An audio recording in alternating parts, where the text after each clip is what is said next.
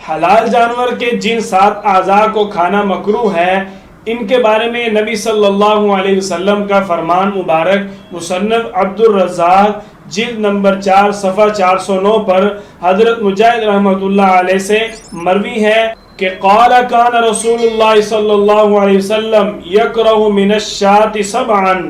الدم والحیاء والانثیین والغدہ والذکر والمثانہ والمرارہ۔ آپ صلی اللہ علیہ وسلم نے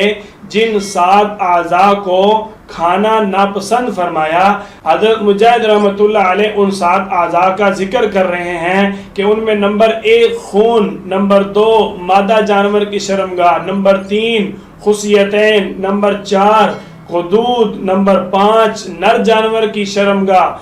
نمبر 6 مثانہ، نمبر 7 پتا۔